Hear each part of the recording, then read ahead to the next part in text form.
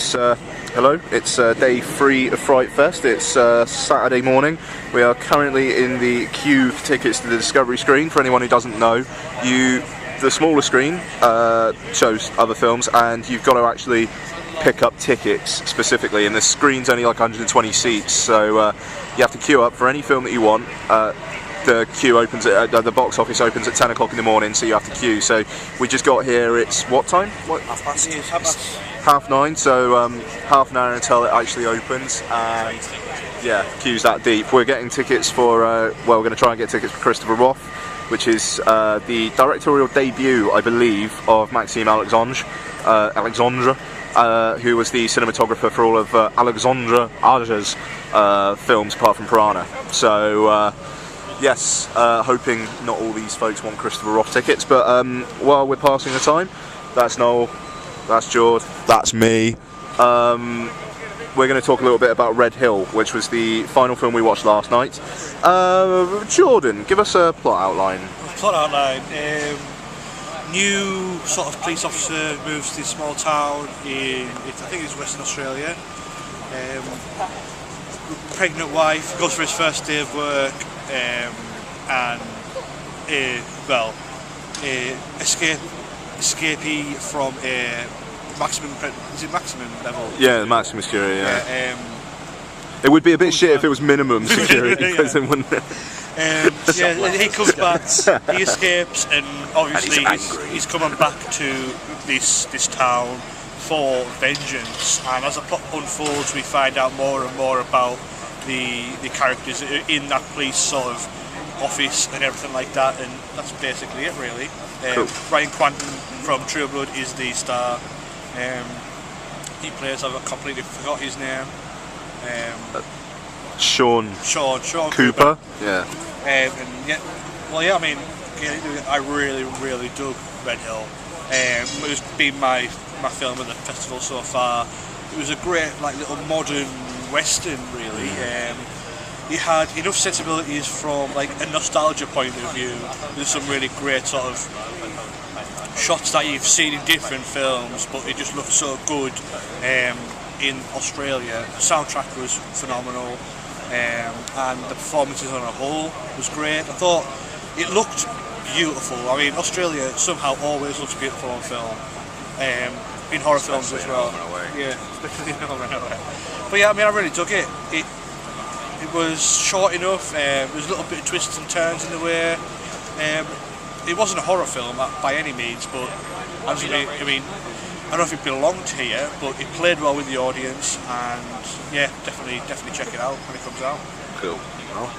Yeah, I have to agree. It's been the best so far. I think yesterday kind of like started off a bit slow, so to speak, and then picked up speed as the day went on. So we ended up with the one before Red Hill, F, yeah, which was great, and then we got Red Hill afterwards, which was even better. The overall, really, the look of the film is something I took away from it. It looked fantastic. The only film that we've seen in 35mm print. Yeah, that was interesting. Which was strange, because I would have been happy to see it in digital. I would have been happy to see how clear and beautiful it looked like that. But yeah, it looked fantastic. This Ryan True Blood fella, he's not somebody I'm familiar with at all. No, neither am I. I know Joe Lynch was kind of talking before about how like he commands the screen in such a way that he's just one of those guys that you go, oh my god, he's a fucking star. I don't know if I agree with that entirely, but he was good. Like he wasn't like, he wasn't like blow everybody else off the screen good, but he was good. I really enjoyed the presence of, I don't know, he was like the main sheriff guy, the inspector guy. I thought his presence and just his voice was really suitable for that role. Either of you guys watch Neighbours, or watched Neighbours in the past? No. He was a long-running kind of supporting character who'd pop in and out and got a more permanent role called Detective Steiger. And it was very weird seeing him, and also the slightly pussy cop. He was Harold Bishop's son before dying in a plane crash. I think I vaguely remember that actually. Yeah, which was really weird to see, because you don't see apart from like the obvious, like Guy Pearce and Kylie Minogue, you don't actually see Neighbours actors in a lot of films. That's a bit of an old thing, though, isn't it? About like the severe lack of Australian actors, that they just turn up in everything. Like it's not so much nowadays, but it used to be that like any soap actors would just turn up in every other soap, and there seemed to be about like 10 actors in Australia. But you get that spill though. I mean, even with us, we've got the spill from Hollyoaks with that woman, and we're getting it today with 13 Hours with Gemma Atkinson. No, she's Lisa from Hollyoaks. She doesn't have a name. But yeah, when you do an independent British film, you do get that spill from the soaps. Yeah, that's true. Even on Thursday night with Dead Cert as well. You got the old EastEnders overspill, Snatch overspill. But yeah, as far as Red Hill's concerned, I think it's been really good. Really enjoyed it. Looked fantastic. Sounded fantastic. Really interesting story. Best film in the fest so far. But I'm expecting that's about to change. Yeah, I mean, it's kind of a cheat. You didn't see Texas Chainsaw, but I'd call Texas Chainsaw the best film of the fest so far. Well, yeah, I have to say, not including Texas Chainsaw. Yeah. I think that's a given, isn't it? I'm just being pedantic, folks, but yeah, I mean, Red Hill was really, really solid. Didn't know anything about it going in, and I was really surprised by it. I'd like to see it get a theatrical release because I think it could get a good buzz under its belt. It's got mainstream enough appeal, I think, to get there. It belongs on a big screen as well. Yes. Certainly some of the shots in there. There's one in particular with lightning. The lightning, where he's like it's like silhouetted against the lightning. And he's like he's going off uphill on the horse, and like that's a proper come on moment as well. Horse sounded a bit northern then.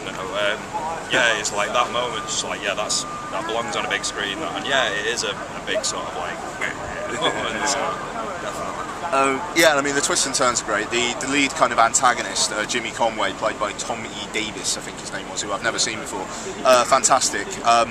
Great kind of... He doesn't say anything, barely, anyway.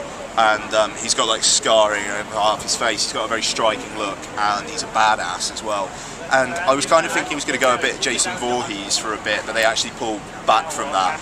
And it ends on a pretty emotional note with a couple of twists that they over-explain, and I did kind of see coming a little bit beforehand, but still, it's more than you'd expect. Yeah. And yeah, it was a good time. That Ryan Quanton bloke was good in the lead role. I thought he had presence, and he had a likability.